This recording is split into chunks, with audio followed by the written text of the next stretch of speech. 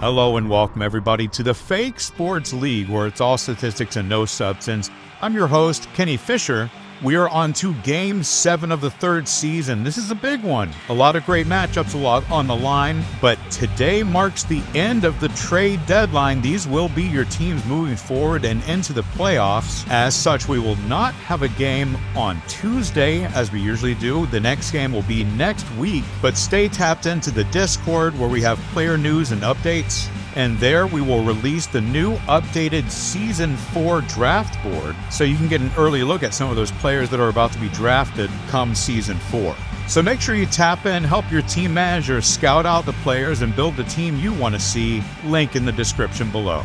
But that's enough from me. We've got games to see, and we start out at the Tower, where Mystics take on the Comets. Percy Willis and Burrow Packer have been killing it this season, but Jaden Little and the Comets might have just found their stride coming back into this. Let's find out. 45 seconds on the clock. Mystics with the possession, and Wilson Brock takes it away just like that. But Boris McLean takes it back for the Mystics, and Carlos Gutierrez finishes. Boris McLean again this time. And that's 3 turnovers forced from Boris McLean. Carlos Gutierrez finishes once again, and the Comets have got to clean up their offense. Percy Willis putting on the beat down 3-0. Make that 4-0 now. The Comets got to get something going here. 4-point lead for the Mystics after the Packer turnover, and Max Peterson makes it 5-0, 6-0.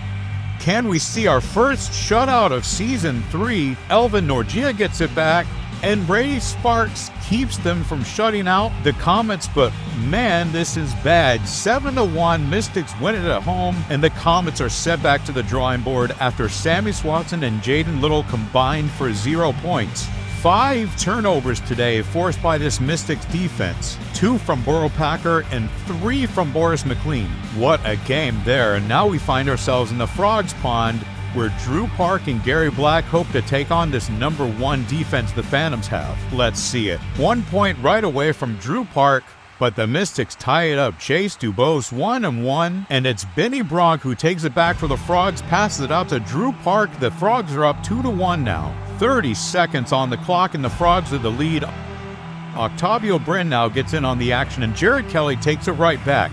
Phantoms capitalize with Bryn, and now just like that, the Phantoms have the lead, 2-3 with 19 seconds remaining. Phantoms with a questionable offense, but their defense has been keeping teams under 5 all season. And back-to-back turnovers as Jared Kelly takes it away from DeAndre Boyd. But Benny Broad gets his second with a chance to tie, but Jared Kelly takes it back, his third of the day. Frogs got to make something happen, but Greg Jacobs finishes the job 2-3. Phantoms win it in a low-scoring game. Both defenses playing strong. In fact, both defenses totaled more turnovers than their respective offense. 3 for Jared Kelly today, 2 for Benny Bronk. And now tied at home, where every game is a must-win if they want to make the playoffs at this point. Knights without Lee Cho today, who suffered an ankle sprain in last week's game. Let's see if the Knights can handle themselves on the road without that leadership role from Lee Cho on offense. And it's Pablo Lambert to get the first score for the Knights. Doug Powers now 1-1, and Quentin Bauman takes it back for the tie, but Leonard Pape does not let the Tide finish that possession. Darren Arnold into the mix now, under 30 seconds to go, and Quinn McHugh from the Knights makes it 1-2. Doug Powers ties it up, but Quinn McHugh keeps the lead 2-3. Tide play in a close game at home. Can they finish here? A point for Rogelio Gil to tie it up, but Quinn McHugh on fire. 4-4, Rogelio Gil back into it, under 10 to go, and this is a tied game. Darren Arnold with his second takeaway of the game, and Darren Arnold, the free agency pickup, with 3. Tied with the lead, 1 second, and Quinn McHugh with the buzzer beater. 4 points for Quinn McHugh, and we are headed into overtime. How about Darren Arnold taking down 3 turnovers today? Gill with 3 points, McHugh with 4, 25 seconds on the clock. An absolute chess match between these two teams. 5-5. And Pablo Lambert breaks the silence. 5-6, Knights with the lead. Fatigue starting to play a role here as both these teams are searching for an opening, and Leonard Pape takes it back for the Knights, but Clyde Steele steals it away from him. Tied with the possession now. Can they? Doug Powers ties it up 6-6, 3-point.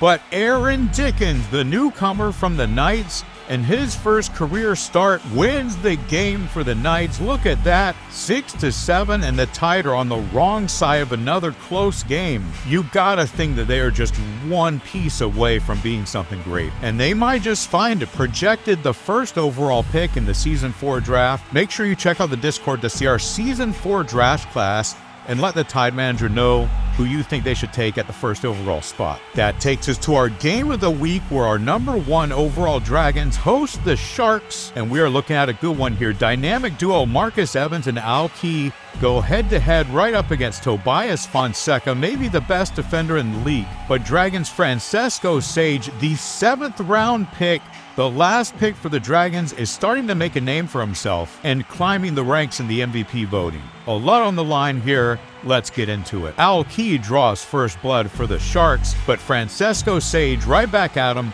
1-1 tie game here.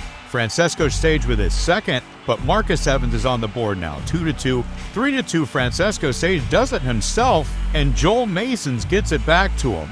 This is what I was talking about when I said the 7th rounder is making a name for himself, and this has quickly turned into a defensive battle. Tobias Fonseca gets it out to Keith Fraley for the point. 4-2 now.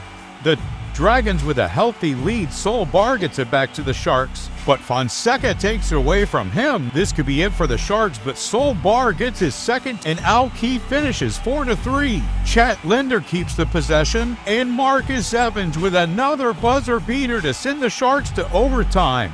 They needed a miracle at the end of that game, and it was a team effort between Sol Bar, Chet Linder, Marcus Evans, and Al Key, all doing their job in tandem to keep it up with the Dragons and get that tie game right into overtime. A deep breath from both teams as we add 25 seconds onto the clock. And this has been an absolute. Sol Bar now breaks the silence, passes it out to Al Key for the score. Dragons got to respond now with 10 seconds left, but Al Key gets his fourth and the biggest lead of the night for the Sharks. Fonseca takeaway. Can the Dragons make something happen? Keith Fraley on the board, 1 second left, but Al Key with the finisher. 5-7, Sharks win in overtime. And that was just a team performance from the Sharks today.